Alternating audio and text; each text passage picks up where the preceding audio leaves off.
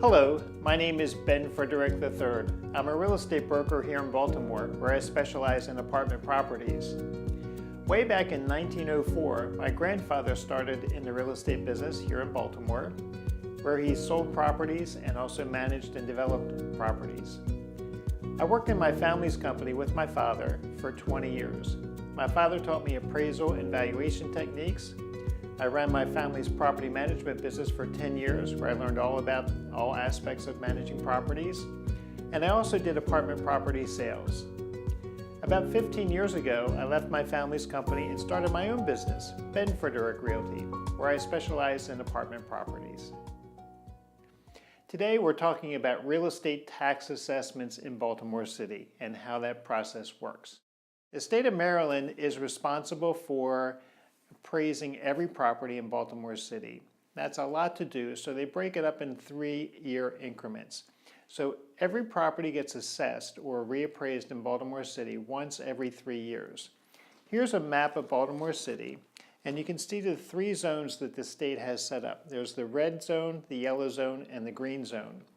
So in 2017, for January 1st of 2017, everybody in the yellow zone is going to get a new tax assessment notice. And then next year, it'll be green, and then the following year, it'll be red. The state of Maryland mails out the new property tax assessment notice in December. It usually comes right before Christmas or right after Christmas. What a nice Christmas gift from the state of Maryland, huh? All right, here's a copy, here's a sample real property tax assessment notice. In the upper right-hand corner, it identifies the property by block and lot number and property address.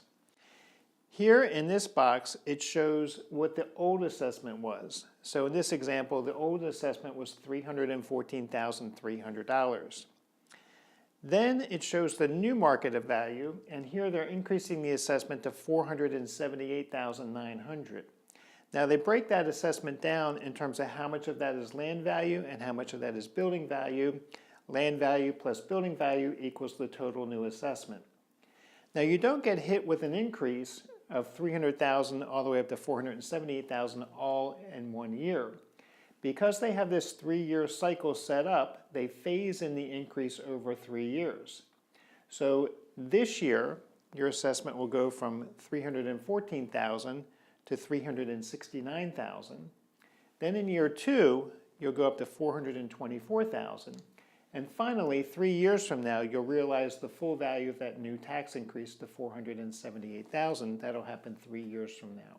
If you agree with the new assessment, and if you feel like your property really is worth $478,000, and that's a fair valuation of your property, you can do nothing, and you will pay your property taxes based on this new schedule.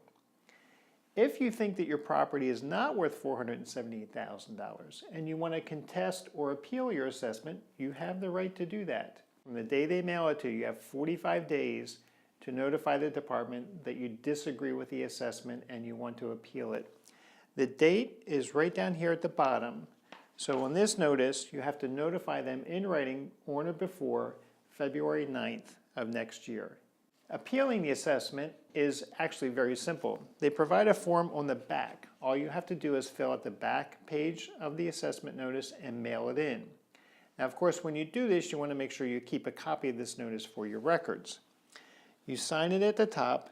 You indicate whether you want to do an appeal in writing or whether you want an in-person hearing or if you want to do a telephone conference. I always go for the in-person hearing. I think to sit down with the assessor, explain things, and have a discussion and have a conversation with the assessor is effective and valuable. At the bottom, there's 2 very important things to do at the bottom. You want to check this box that says Sales Analysis Listing. You want to check this box over here that says Property Worksheet. When you check these 2 boxes, the state of Maryland will send you their information. So you want to check this box that says Property Worksheet and get the information that the state has on your property. There may be errors on their information. And if those errors help you argue for a lower assessment, it's very important and very helpful to do that.